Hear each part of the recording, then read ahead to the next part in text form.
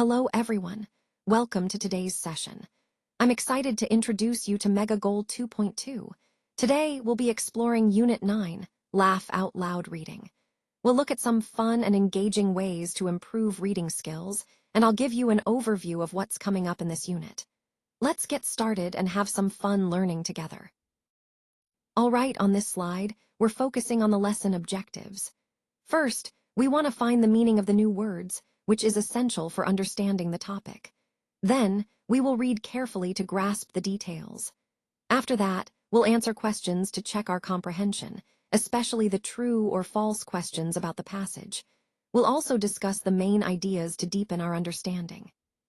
Throughout this lesson, keep in mind that these steps are designed to help you connect with the overall theme, which is the importance of laughter and its role in our lives. So, stay engaged, and let's move forward together. So, is laughter really the best medicine? Well, that's what many of us have heard for years, but let's unpack what that actually means. Laughter is often seen as a simple, fun way to feel better, but it also has some real health benefits behind it. It can reduce stress, boost our immune system, and even improve our mood. But it's important to recognize that while laughter is powerful, it's not a cure-all. It's part of a broader approach to maintaining our well-being. Throughout this presentation, we're going to explore how laughter fits into a healthy lifestyle and whether it truly lives up to its reputation as the best medicine. Let's take a moment to explore the idea that laughter really is the best medicine. You know, it's more than just a saying. There's real science behind it. When we laugh, our body releases endorphins, which are those wonderful chemicals that make us feel good and reduce stress. It's like giving ourselves a natural boost of happiness, right when we need it most. Not only does laughter improve our mood, but it also has tangible health benefits.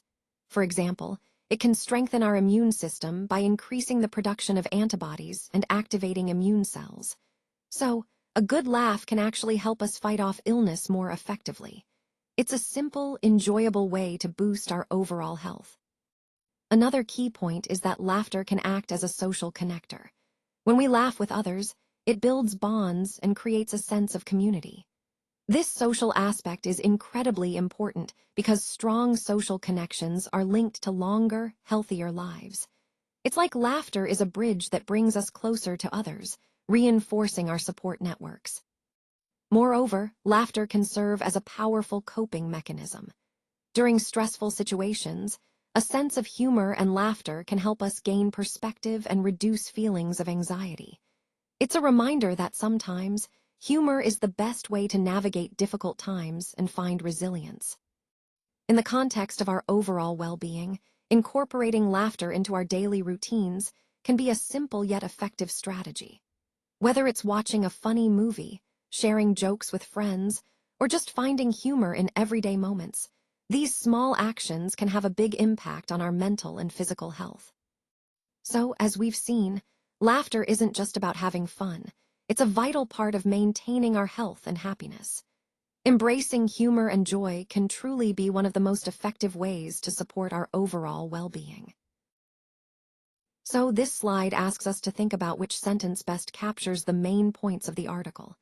Essentially, we're aiming to identify a clear and concise summary that reflects the core ideas presented. It's important because it helps us see the overall message and how all the details connect. When we look for that key sentence, we want something that highlights the main themes and the main conclusions. This way, we can better understand the article's purpose and how it fits into the larger context of our presentation. Remember, a good summary sentence should be straightforward, comprehensive, and align with the overall theme we're exploring today. So, on this slide, we're looking at which paragraph actually shows the effect of laughter on the body. If you look closely, you'll notice that the key points are numbered from 5 down to 2. The most important part here is to identify where the connection between laughter and bodily effects is clearly explained. Essentially, we're trying to pinpoint the section that describes how laughter impacts physical health, whether it's stress reduction, boosting immune function, or improving cardiovascular health. Understanding this helps reinforce the overall theme that laughter isn't just a moment of humor, it's a powerful tool for physical well-being.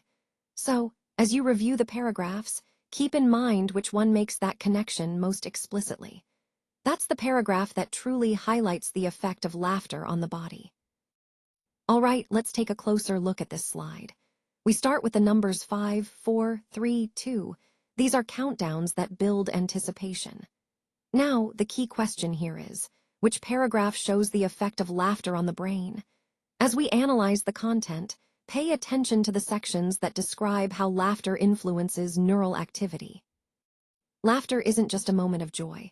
It actually triggers specific responses in our brain, like releasing feel-good chemicals, reducing stress, and enhancing social bonds. The paragraph that highlights these effects will help us understand why laughter is so powerful for our mental health. Remember, this ties directly into our overall theme of understanding how positive behaviors, like laughter, impact our well-being. So, as you review this slide, think about how these brain responses reinforce the importance of incorporating laughter into our daily lives. So, in these sessions, participants usually start with simple techniques like breathing exercises, clapping, and chanting to help everyone relax. For example, they might begin by clapping rhythmically, saying 1 2 1 2 3, while chanting ho ho ha ha ha. This combination of sounds and movements is designed to ease tension and create a sense of unity. Now, have you ever heard of a laughter club? It's basically a group of people who meet regularly to laugh together, and it's all about the therapeutic benefits of laughter.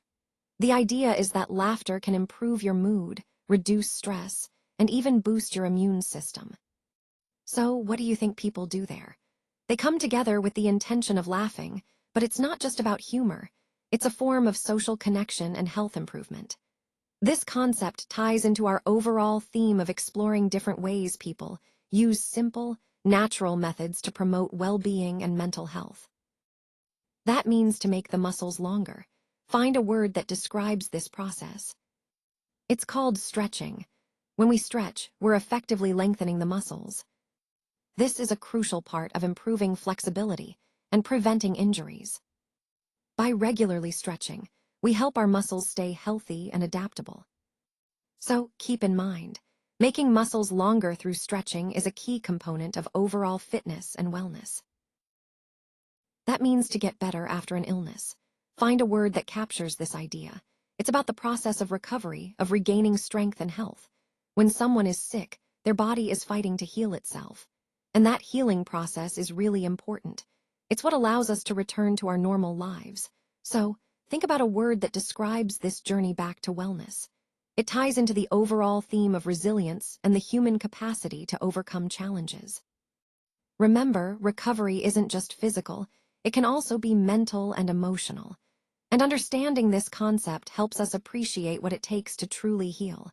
Now, let's see what word fits best here. So let's talk about what happens when a person sleeps well. When you get a good night's sleep, your body and mind are truly able to recharge. You progress through different sleep stages, including deep sleep and REM sleep, which are essential for restoring energy, repairing tissues, and consolidating memories. During deep sleep, your muscles relax completely, your breathing becomes slow and steady, and your heart rate drops. This is the time when your body really does its healing work. REM sleep, on the other hand, is when most dreaming occurs, and it's crucial for cognitive functions like learning and problem-solving. A person who sleeps well generally wakes up feeling refreshed, alert, and ready for the day. They experience fewer mood swings and have better focus and concentration. It's important to recognize these signs because good sleep isn't just about quantity, but quality, how restorative that sleep truly is. Connecting this to our overall theme, understanding how well someone sleeps gives us insight into their overall health and well-being. Sleep isn't just a passive activity, it's a vital process that supports every part of our functioning. When sleep is disrupted or insufficient, it can affect everything from immunity to mental health. So, finding that word, restorative, really captures the essence of what good sleep does for us. So, when we talk about the opposite of genuine, we're referring to something that isn't real or authentic. That's a key point to keep in mind. Now, a word that's a synonym for genuine, but in a different context, is often used to describe something that looks real but might not be.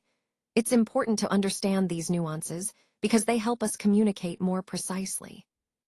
Now, let's find a word that means that something can be easily passed from one person to another, like a disease. This concept is crucial, especially when we're discussing health, safety, and how illnesses spread. It highlights the importance of understanding transmission, whether it's of germs, ideas, or information. So, in summary, recognizing these words and their meanings helps us better grasp the complexities of authenticity and transmission, which ties into the larger theme of understanding how things spread, be it truth, misinformation, or illness. Let's take a closer look at the slide. The repeated letter F here really emphasizes the importance of foundational principles. These are the core building blocks that support everything else we're working on. Think of F as standing for fundamentals. Without a solid grasp of these, everything else can become shaky. Now, moving to the T's, these represent the critical tools and techniques we need to effectively apply those fundamentals in real-world scenarios. What's key here is understanding that mastering the fundamentals gives us a strong base, but it's the tools and techniques we develop from that foundation that enable us to innovate and adapt. When we connect these ideas to our overall theme, it's clear that success hinges on balancing both solid basics combined with the right methods. So remember, focusing on these core elements will help us build more resilient and effective solutions as we move forward. All right, for your homework, please refer to your workbook on page 317. Specifically exercise H. This is a great opportunity to reinforce what we've covered today and to practice applying those concepts. Take your time to go through the exercise carefully, and don't hesitate to revisit any parts of the lesson if you need clarification. Remember, practicing these exercises helps solidify your understanding and prepares you for the next steps. So, give it your best shot, and I look forward to seeing your progress next time.